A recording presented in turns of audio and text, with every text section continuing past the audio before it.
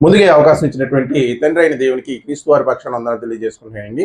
అదేవిధంగా కూడి వచ్చినటువంటి మీ అందరికి కూడా ప్రభునామున వందనాలండి.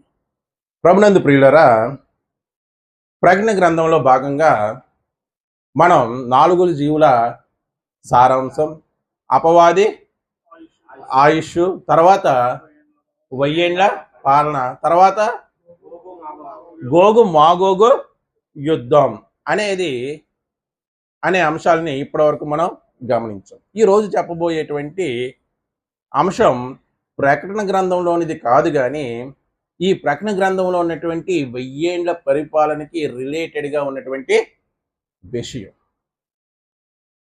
ప్రభునందు ప్రియులారా, ఈ 1000 ఏండ్ల పరిపాలన అంటే ఏదో ఒక రోజుతో 2 రోజులతో అయిపోయేటువంటి సబ్జెక్ట్ కాదు. దాన్ని నిరంతరం మీరు పరిశీలిస్తూ ఉండాలి. నిరంతరం ఏం చేయాలి?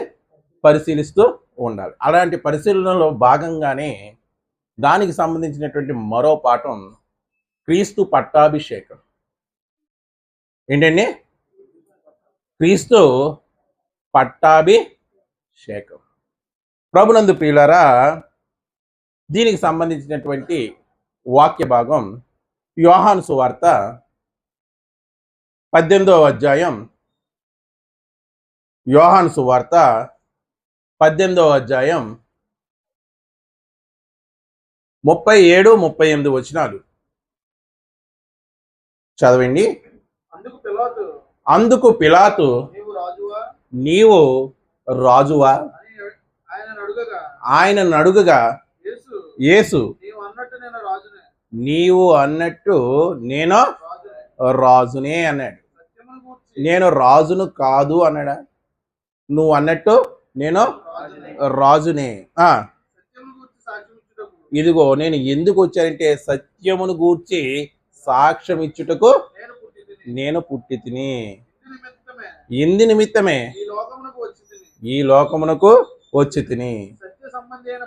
చాలండి. అంటే పిలాతు ముందు నిలబడినటువంటి యేసు వారిని పిలాతు అడిగినటువంటి ప్రశ్న ఏంటంటే, నీవు రాజువా అంటే ఎస్ నేను రాజునే అని. ప్రభునందు ప్రియులారా, మరి ఆయన రాజు అని చెప్తున్నప్పుడు ఆ చుట్టూ ఉన్నటువంటి జనులు ఎవరండి? చెప్పాలండి. ఆయన రాజు అని చెప్తున్నప్పుడు ఆ చుట్టూ ఉన్నటువంటి జనులు ఎవరు? సైనికులు, ఇంకా ఇశ్రాయేలీలు, యూదులు, వీళ్ళందరూ కూడా ఉన్నారు కదా. మరి ఈ యూదులు లేకపోతే ఇశ్రాయేలీలు క్రీస్తును రాజుగా అంగీకరించారండి?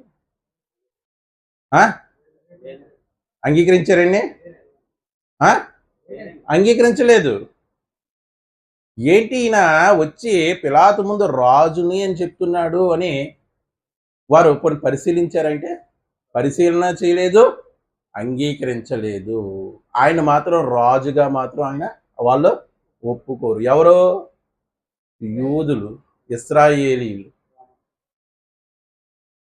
ఎందుకు వారు రాజుగా ఒప్పుకోవడం లేదు? యేసుక్రీస్తుని ఎందుకు వారు రాజుగా ఒప్పుకోవడం లేదు అనేది ఈరోజు మనం పరిశీలిద్దాం. వాళ్ళే కదండి, మొదటి రాకడలోనే రాజుగా వచ్చాడు యేసుక్రీస్తు వారు అంటే ఇప్పుడు కూడా ఒప్పుకోవడం లేదు. రెండో రాకడలో రాజుగా వస్తాడు. అందుకే కదా పాడుకుంటున్నాం, యేసు రాజుగా వచ్చుచున్నాడు. మరి ఇశ్రాయేలీయులే రాజుగా ఒప్పుకోకపోతే మరి వీళ్ళు ఎలా ఒప్పుకుంటారు? అసలు ఎందుకు వారు యేసుని రాజుగా ఒప్పుకోలేదో ఈరోజు వాక్యపు వెలుగులో పరిశీలిద్దాం. ప్రభునందు ప్రియులారా, మనం గమనిస్తే జ్ఞానులకు అర్థమైందండి. ఎవరికి అర్థమైంది? యేసు రాజు అని జ్ఞానులకు అర్థమైంది. యూదుల రాజుగా పుట్టినవాడు ఎక్కడా? ఇదిగో సత్యమును గూర్చి నేను సాక్ష్యం ఇచ్చుటకు నేను పుట్టి తిని అన్నాడు.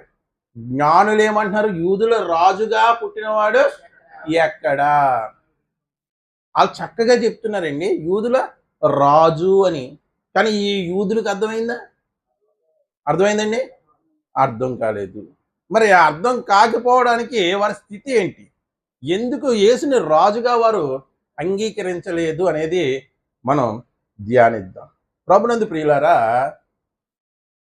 ఇశ్రాయేలీలో పరిపాలన జరిగినటువంటి విధానం చూస్తే ఐగుప్తు చెర నుండి దేవుడు వారిని విడిపించి దేవుడే రాజుగా ఉండి నడిపించాడు. తర్వాత వారికి న్యాయాధిపతుల్ని నియమించాడు. తర్వాత మాకు న్యాయాధిపతులు వద్దు, చుట్టూ ఉన్నటువంటి అన్య జనాంగానికి రాజులు ఉన్నారు, మాకు కూడా రాజులు కావాలి, మాకు కూడా రాజు కావాలి అంటే దేవుడు ఏం చేశాడంటే రాజు వల్ల వచ్చేటువంటి ఇబ్బందులు ఏంటో ఇశ్రాయేలీయులకి తెలియజేశాడు. అయినా సరే వారు ఏమనుకున్నారు, మాకు రాజు కావాలి. సరే, సమూయేలు వారు కోరుకుంటున్నారు కాబట్టి ఒకరిని రాజుగా అభిషేకించు అని దేవుడు ఎవరితో చెప్పారండి? ప్రవక్త అయినటువంటి సమూయేలుతో చెప్పారు. ప్రభునందు ప్రియులరా, ఇశ్రాయేలీయులకి రాజు అవ్వాలంటే ఏమి జరగాలని మనం పరిశీలిస్తే మొదట తైలంతో అభిషేకం జరగాలండి. ఏంటండి? తైలంతో అభిషేకం జరగాలి. రెండవది పరిశుద్ధాత్మ దిగి రావాలి అతని మీదకి. ఏంటండి? మొదటిది తైలంతో అభిషేకం జరగాలి, రెండవది పరిశుద్ధాత్మ అతని మీదకి దిగి రావాలి.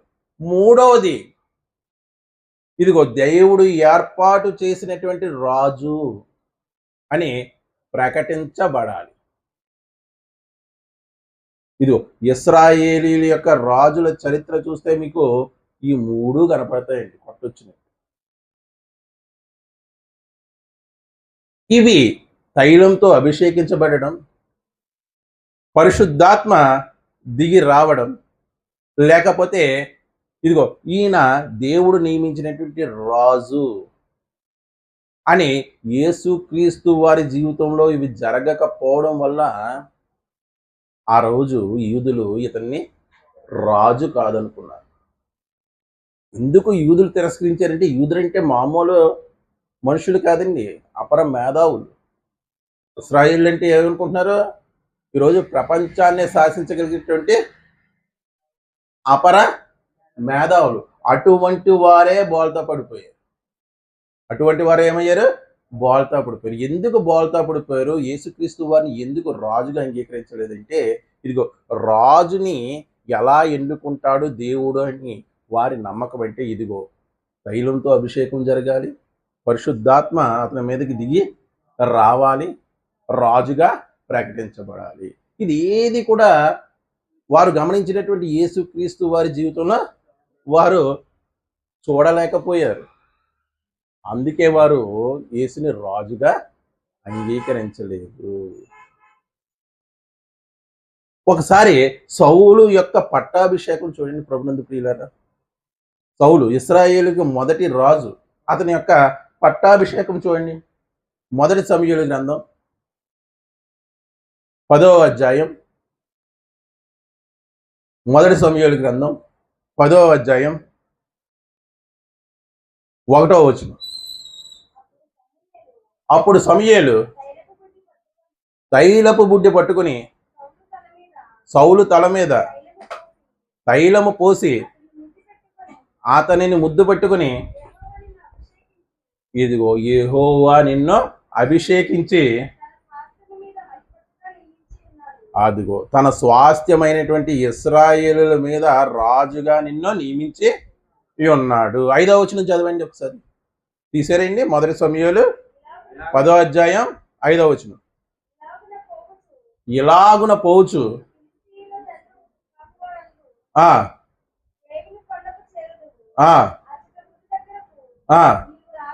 నీవు రాగానే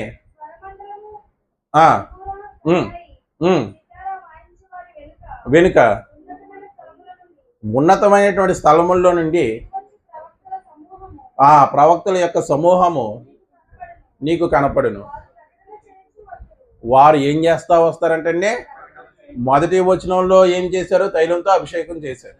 రెండో వచనం, అది 5వ వచనంలో ఏం కనపడుతుంది, వారు ప్రవక్తల సమూహము ప్రకటన చేయుచున్నారంట. ఇదిగో దేవుడు సౌలుని రాజుగా అభిషేకించాడని ఏం చేస్తున్నారు, ప్రకటన చేయుచున్నారు. యెహోవా ఆత్మ, 6వ వచనం, యెహోవా ఆత్మ నీ మీదకి బలముగా దిగి వచ్చునని సమూయేలు చెప్తున్నాడండి. చాలండి.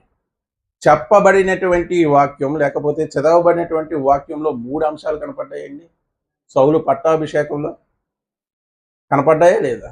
తైలంతో అభిషేకం జరిగింది, పరిశుద్ధాత్మ అతని మీదకి దిగి వచ్చింది.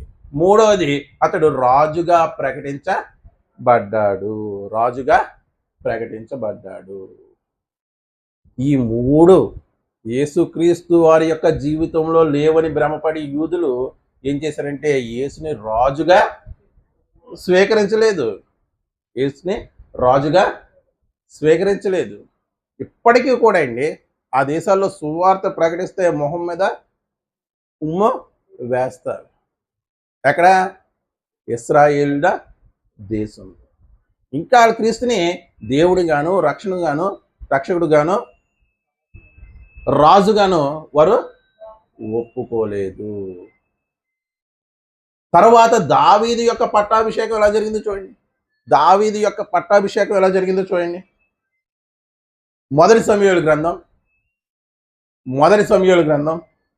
16వ అధ్యాయం 13వ వచనం. మొదటి సమూయేలు గ్రంథం 16వ అధ్యాయం 13వ వచనం. సమూయేలు తైలపు కొమ్మును తీసి వారి సహోదరులు ఎదుట ఎవరికి అభిషేకం చేశారు? దావీదుకి అభిషేకం చేసిన నాట నుండి యెహోవా ఆత్మ, పరిశుద్ధాత్మ దావీదు మీదకి బలముగా వచ్చెను. దావీదు జీవితంలో కూడా కనపడుతుంది. ఏం కనపడుతుంది? తైలంతో అభిషేకం చేయబడడం, పరిశుద్ధాత్మ దిగి రావడం, రాజుగా ప్రకటించబడడం దావీదు జీవితంలో కూడా కనపడుతుంది. ప్రభునందు ప్రియులారా, మరి యూదులు మొట్టమొదటి రాజు అయినటువంటి సౌలును మాదిరిగా తీసుకుంటారా లేదా? ఖచ్చితంగా. ఇదిగో యేసుక్రీస్తు రాజు అని చెబితే రాజా, ఈయన ఎలాగ అభిషేకం పొందాడు, ఎలాగా ఇతని మీదకి ఆత్మ దిగి వచ్చింది, ఎలాగ ఇతను ప్రకటించబడ్డాడు అనే క్రైటీరియాని తీసుకుంటారా లేదా? వాళ్ళు ధర్మశాస్త్ర గ్రంథాన్ని పరిశీలించేవారండి నిత్యం. వాళ్ళకి సౌలు గురించి తెలీదా? దావీదు గురించి తెలీదా? అందుకే వారు రాజుగా ఒప్పుకోలేదు. ఇంకా చూద్దామండి. ఇశ్రాయేలు మరో రాజు ఉన్నాడు, ఏహు. ఎవరండి? ఏహు ఎవరి కుమారుడు? యెహోషాపాతు కుమారుడు. అతని యొక్క పట్టాభిషేకం ఎలా జరిగిందో చూడండి ఒకసారి. మొదటి రాజుల గ్రంథం యేహూ యొక్క పట్టాభిషేకం అండి. క్షమించాలి, సొలొమోను యొక్క పట్టాభిషేకం మనం చూద్దాం. మొదటి రాజుల గ్రంథం 9వ అధ్యాయం 1వ వచనం. సొలొమోను యెహోవా మందిరమును 1వ రాజుల గ్రంథం 9వ అధ్యాయం అండి. తీసారండి?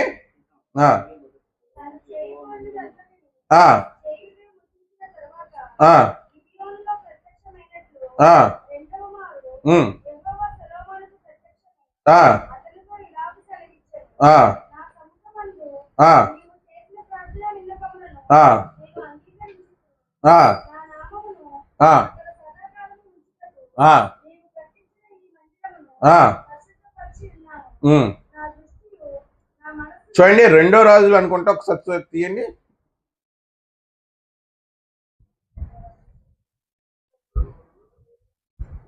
9వ అధ్యాయం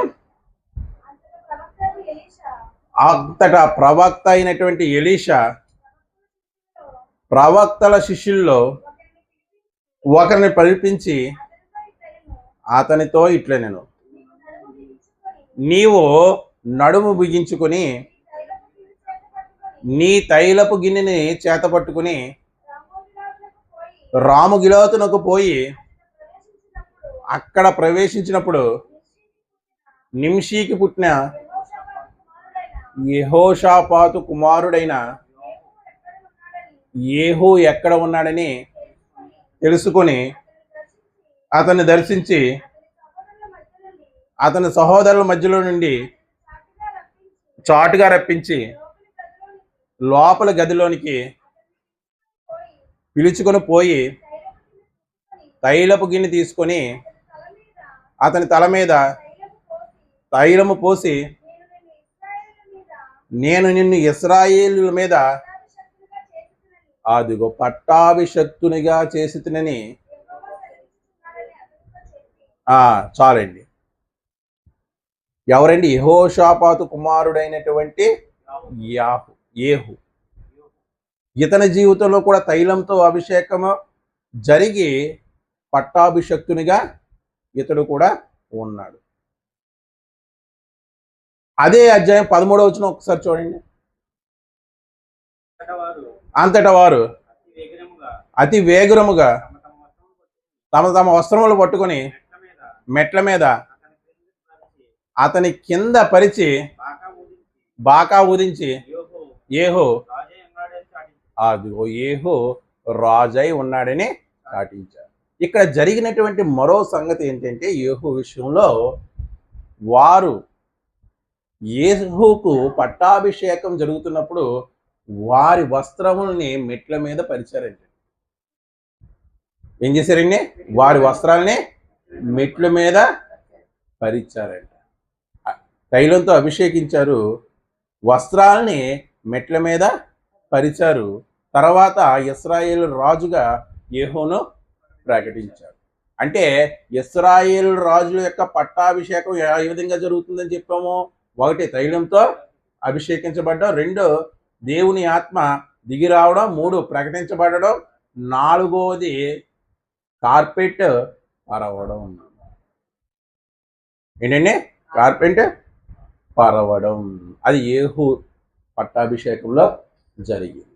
ఇంకో విషయం కూడా ఉందండి, అదే సొలొమోను పట్టాభిషేకంలో జరుగుతుంది.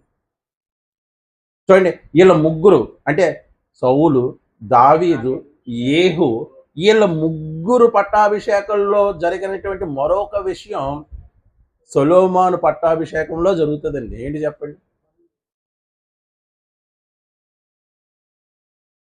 చెప్పాలండి.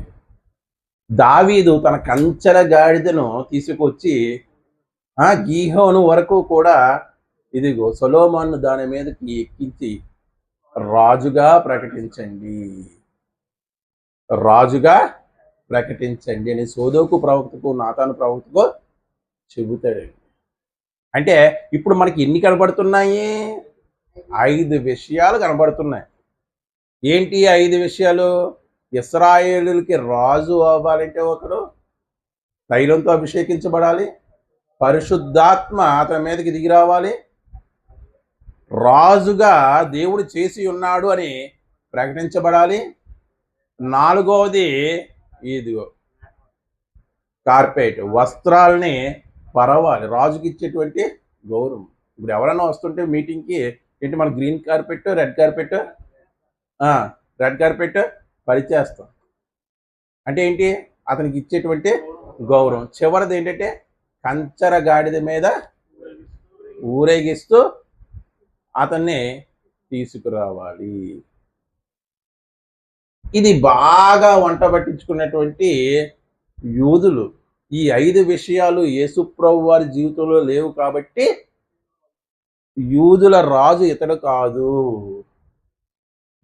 అనే అభిప్రాయానికి వచ్చేసి అర్థమైందండి. అసలుకి యూదులు ఎందుకు యేసుక్రీస్తు వారిని రాజుగా ఒప్పుకోలేదంటే ఈ 5 కారణాలు బట్టే. ఈ 5 కారణాలే బట్టే.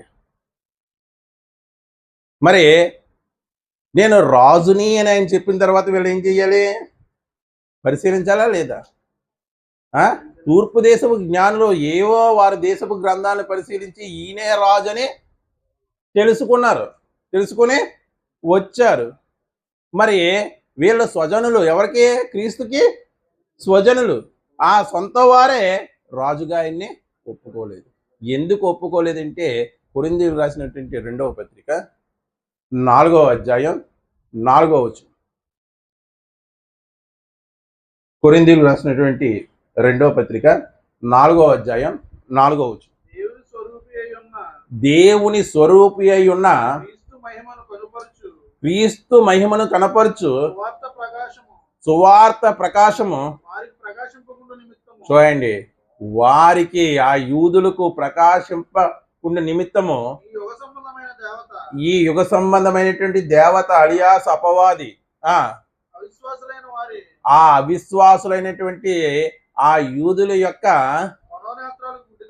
ఇదిగో క్రీస్తును రాజుగా ఒప్పుకోవడానికి మేము ఎటువంటి పరిస్థితుల్లో కూడా మేము ఒప్పుకోము అని ఏం చేసిందంట?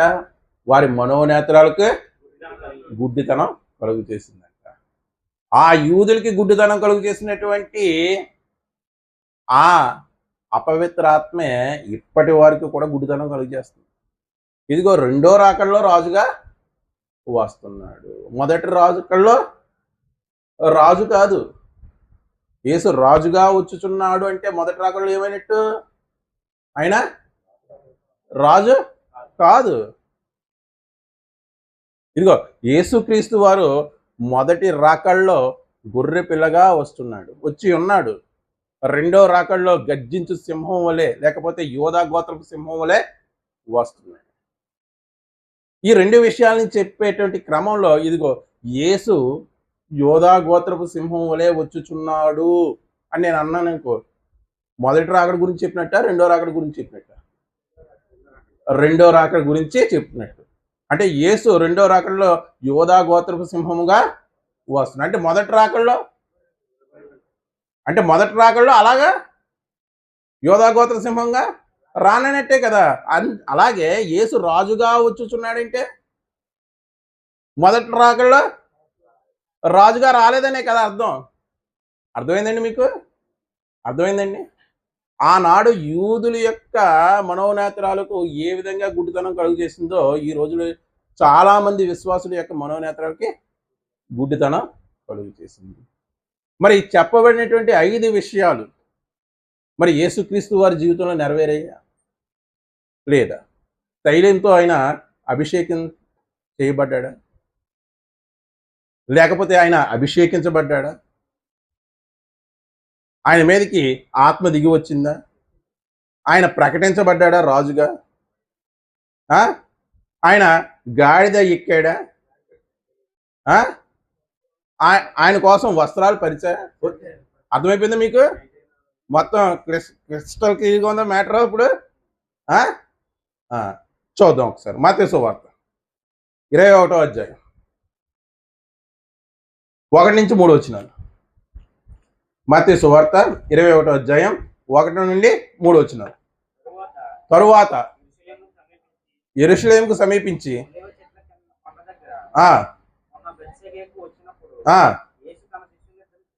ఇద్దరిని చూసి శిష్యులని యేసుప్రభువు వారు ఏమంటున్నారంటే, నీ ఎదుటనున్న గ్రామంకు వెళ్ళుడి. వెళ్ళగానే కట్టబడినటువంటి ఒక గాడిదను మీకు కనపడును.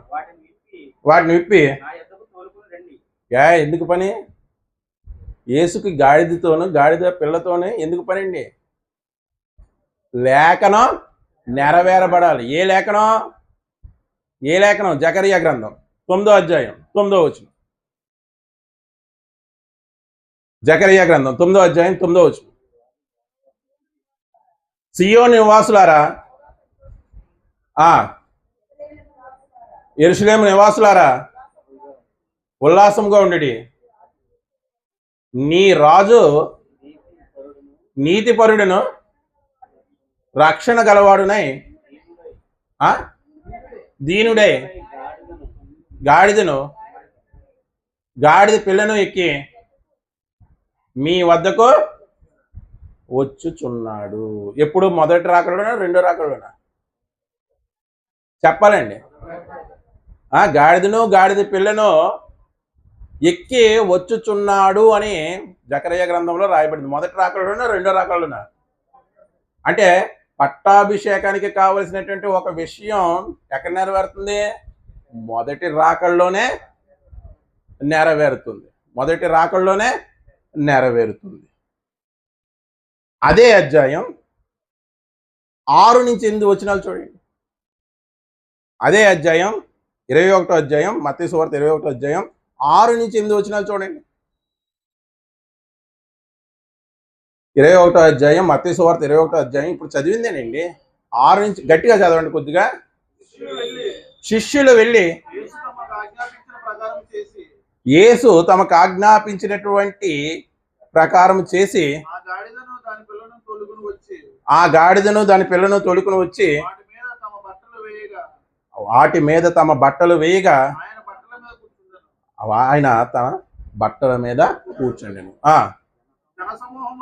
జన సమూహంలోను అనేకులు అదిగోండి తమ బట్టలు దారి పొడుగున, అంటే సొలొమోనుకు జరిగినటువంటి కంచరగాడితో జరిగినటువంటి పట్టాభిషేకం జరిగిందా లేదా? క్రీస్తు వారి విషయంలో రాజుగా పట్టాభిషేకం జరిగిందా లేదా? ఇదిగో యెహోషాపాతు కుమారుడైనటువంటి యేహూ విషయంలో జరిగినటువంటి వస్త్రాలను పరచడం, రెడ్ కార్పెట్ ని పరచడం జరిగిందా లేదా? చూడండి. పరిచి ఏం చేస్తున్నారంటే అనేక మంది జనులు జన సమూహంలోను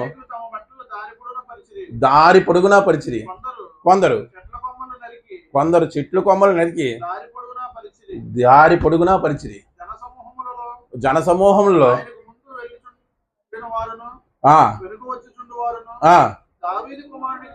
దావీదు కుమారుడికి జయము,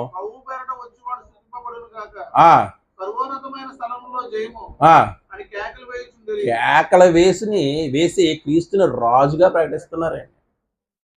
కేకలు వేసి ఏం చేస్తున్నారు?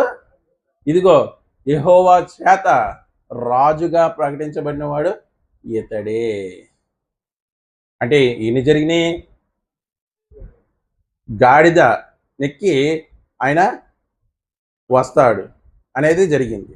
నెక్స్ట్ వస్త్రాలు పరచడం అనేది జరిగింది. ప్రకటన అనేది జరిగింది. మరి అభిషేకం? ఆయన పేరే అభిషక్తుడు. మొదటి రాకడలోనా రెండో రాకడలోనా? ఆయన పేరు క్రీస్తు. అభిషక్తుడు అంటే అర్థం ఏంటి? రాజుగా అభిషేకం పొందినవాడు. అభిషక్తుడు అంటే అర్థం ఏంటి? రాజుగా అభిషేకం పొందినవాడు. మరి క్రీస్తు పట్టాభిషేకం ఎక్కడ జరిగింది అని ఆలోచిస్తే ప్రభునందు ప్రియులారా, అపోస్తుల కార్యంలో.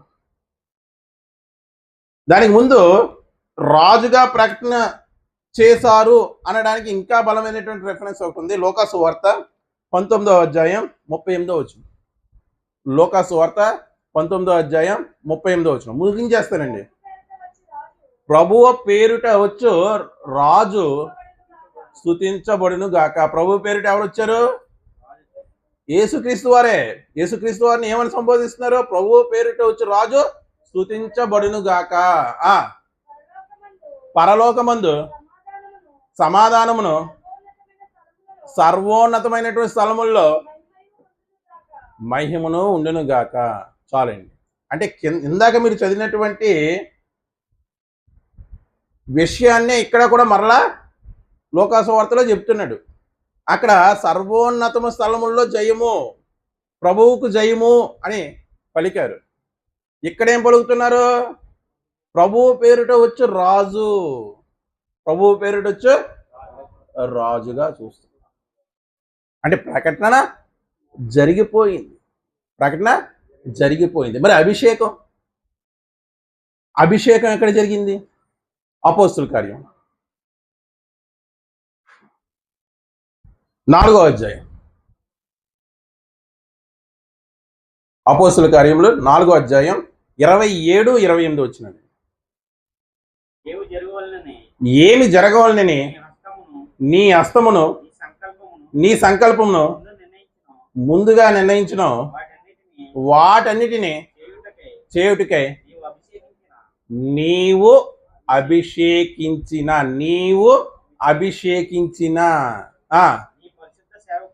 ఎవరా పరిశుద్ధ సేవకుడు? అక్కడే చెప్పేశారు.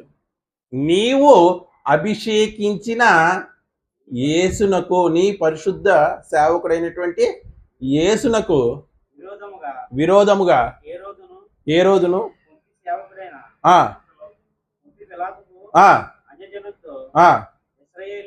చాలండి. అంటే తండ్రి హస్తము చేత అభిషేకింపబడ్డారు. మరి ఎంతకన్నా గొప్ప అభిషేకం ఏమైనా ఉంటుందండి? ఇది తైలంతో అభిషేకించబడ్డం కన్నా గొప్పది తండ్రి హస్తము చేత అభిషేకించబడడం. మరి ప్రజలందరి ముందు బాహాటముగా ఎప్పుడు అభిషేకించబడ్డాడు?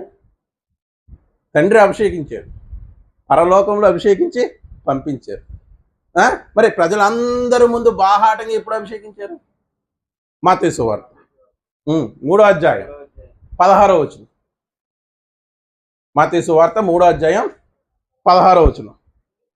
యేసు బాప్తీసము పొందిన వెంటనే నేల నుండి వచ్చెను. ఇదిగో ఆకాశం తెరవబడెను. దేవుని ఆత్మ ఎప్పుడు వస్తుందని చెప్పుకున్నాం? దేవుని ఆత్మ అభిషేకించబడేటువంటి సమయంలో దేవుని ఆత్మ దిగి వస్తుంది అని చెప్పుకున్నాం. ఇప్పుడు పరిశుద్ధాత్మ పౌరం రూపంలో ఆయన మీద వచ్చి వాలింది అంటే అర్థం ఏంటి? ఈ బాప్తీసమే అభిషేకము. బాప్తీసమే. ఇంకా తైలంతో అభిషేకిస్తారు. నలుగురు దైవజనులు వచ్చేసి చుట్టూ మూగేసి ఇలాగ అభిషేకిస్తారు. అది ఇంకేం లేదు, అదంతా ఏంటి? గతించిపోయింది. యేసుని ఎలా అభిషేకించారు? తండ్రి తన హస్తంతో అభిషేకించాడు. ఇదిగో బాప్తీసము ద్వారా అభిషేకింపబడ్డాడు. అర్థమైందండి? అభిషేకం జరిగిందా లేదా? అభిషేకం జరిగింది. చూడండి, చెప్పబడినటువంటి 5 జరిగిపోయినా లేదా? మొదటిది ఏంటి? తైలాభిషేకం. తైలాభిషేకం కన్నా గొప్ప అభిషేకం తండ్రి దగ్గర జరిగింది, బాహాటంగా ప్రజలందరి మధ్య జరిగిందా లేదా? ఈయన నా ప్రియకుమారుడు, ఈయన యందు ఆనందించుచున్నాను. ఆయన సర్వ ప్రపంచానికి రాజు యెహోవా దేవుడు. ఆయన కుమారుడు రాజకుమారుడు తర్వాత ఏమవుతాడు? రాజే అవుతాడు. ఇదిగో ఈయన నా ప్రియ కుమారుడు, ఈయన యందు నేను, ఆయనే ప్రకటించాడండి ఈయన రాజుని. ఆయనే ప్రకటించాడు ఈయన రాజు అని. కాదనడానికి నువ్వెవరు? కాదనడానికి నువ్వెవరు? యేసు రాజుగా వచ్చుచున్నాడా? భూలోకమంతా అప్పుడు తెలుసుకుంటారంట. ఇప్పుడు ఆ రాజుగా ఆ యూదులకి ఏ భావన అయితే ఉందో ఇప్పటి వరకు కూడా అదే భావన ఉందా లేదా? ఖచ్చితంగా ఉంది. సరే, రెండో రాకడలోనే రాజుగా వస్తాడనుకుందాం. మరి మొదటి రాకడలోనే రాజు అని ఇప్పటివరకు చెప్పుకున్నాం కదా, లేఖనాల ప్రకారం నిరూపించాం కదా మొదటి రాకడలోనే రాజు అని. ఇప్పుడు పట్టాభిషేకం పొంది కొన్ని వేల సంవత్సరాల తర్వాత రాజ్యాన్ని పరిపాలిస్తాడు. యేసు రాకడ ఇప్పుడో మనకు తెలీదు. పట్టాభిషేకం అయితే, యేసు పట్టాభిషేకం అయితే లేఖనాల ప్రకారం 5 విషయాలు చెప్పిన 5 విషయాలు కూడా ఆయన యొక్క జీవితంలో జరిగిపోయాయి. అంటే ఆయన రాజ్యం లేని రాజా? ఆయన రాజ్యం లేని రాజా? రాజు అంటే ఏంటి? రాజు అని ఒకరిని ఎప్పుడు పిలుస్తాం? రాజ్యం ఉన్నప్పుడే రాజుని పిలుస్తాం. రాజ్యం ఉన్నప్పుడే పట్టాభిషేకం జరుగుతుంది. మరి ఆయన రాజ్యం ఎక్కడ?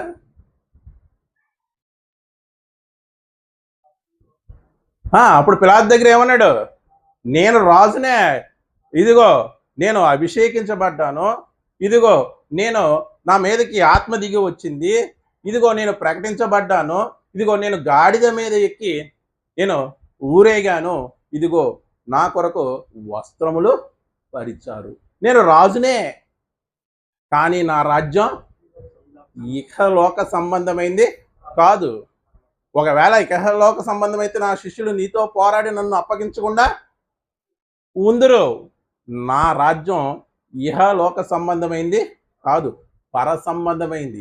దాన్ని ఎవరైతే పొందుతారో వారికి మాత్రమే ఆ రాజ్యం దక్కుతుంది. ఎవరైతే బాప్తిసము ద్వారా క్రీస్తులోకి వస్తారో వారికే ఆ రాజ్యం చెందుతుంది.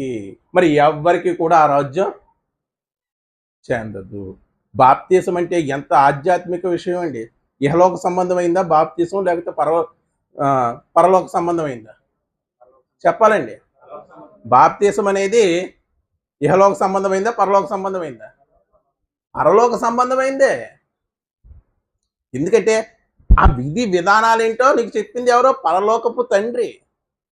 అలా బాప్తిసం అంటే నీకు చెప్పింది ఎవరో? పరలోకపు తండ్రి. ఆ బాప్తిసం అనే వార్త నీ దగ్గరికి ఎలా వచ్చింది? ఇదిగో నువ్వు చేసినటువంటి పాపాలకి పశ్చాత్తాపపడే వాటిని ఒప్పుకొని మారు మనసు పొంది బాప్తిసం పొందాలనే వార్త నీకు ఎక్కడి నుంచి వచ్చింది? పరలోకం నుండే వచ్చింది. అది ఏ విషయం? పరలోక సంబంధమైందే కానీ ఇహలోక సంబంధమైంది కాదు. అదే అన్నాడు, నా రాజ్యము ఇహలోక సంబంధమైనది కాదు. దాన్ని ఎవరు పొందుకుంటారో వారికే వస్తుంది.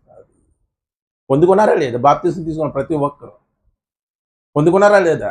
యేసు రాజ్యంలో వారు ప్రతి ఒక్కరు కూడా పాలి భాగస్తులు.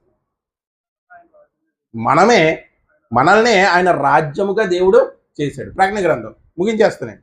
ప్రకటన గ్రంథం 1వ అధ్యాయం 6వ వచనం.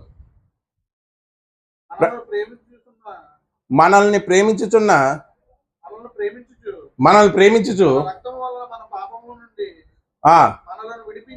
తన రక్తం వలన మన పాపము నుండి మనల్ని విడిపించినటువంటి వానికి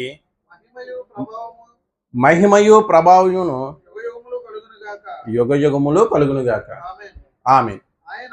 అయిపోయింది అనుకోకండి. ఆమెన్ అంటే ఆయన, ఇక్కడ చూడండి, ఆయన మనలను ఎవరికి చెప్తున్నాడు? యోహాను ఎవరికి చెప్తున్నాడు? రెండవ రాకల్లో యేసు రాజ్యంలో ఉన్నవారికి చెప్తున్నాడా? భూమి మీద ఉన్నవారికి చెప్తున్నాడా? చెప్పాలండి. రెండవ రాకల్లో యేసు రాజ్యంలో ఉన్నవారికి చెప్తున్నాడా? భూమి మీద ఉన్నవారికి చెప్తున్నాడా? ఆయన మనలను అంటే యోహాను గారు బ్రతికున్నారా లేదా? ఇంకా మరి ఎవరికి చెప్తున్నారు? మనకే చెప్తున్నారు. విశ్వాసులుగా ఉన్నటువంటి మనకే చెప్తున్నారు. ఆయన మనలను తన తండ్రి అయినటువంటి దేవునికి, ఇదిగో మనల్ని బాప్తిసం పొంది క్రీస్తుని అనుసరించి క్రీస్తుని వెంబడించే వారిని ఏం చేశారంట? ఒక రాజ్యముగాను యాజకులుగాను చేసెను. పాస్ట్ టెన్స్ చేసెను, చేస్తాడు కాదు, చేసెను. ఎవరంటున్నారు సాక్షాత్ ఈ మాట? యోహాను గారు అంటున్నారు.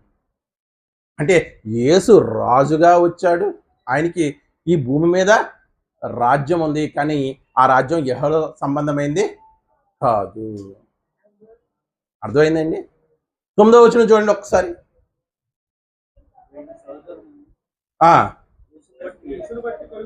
మీ సహోదరుడును యేసును బట్టి కలుగు శ్రమలోను, అదిగోండి, యేసును బట్టి కలుగు శ్రమలోను. బాప్తిసం ఇచ్చేటువంటి యోహానికి యేసును బట్టి శ్రమ కలిగిందంట. ఆ శ్రమ మొదటి రాకల్లో జరిగిందా? రెండో రాకల్లో కలిగిందా?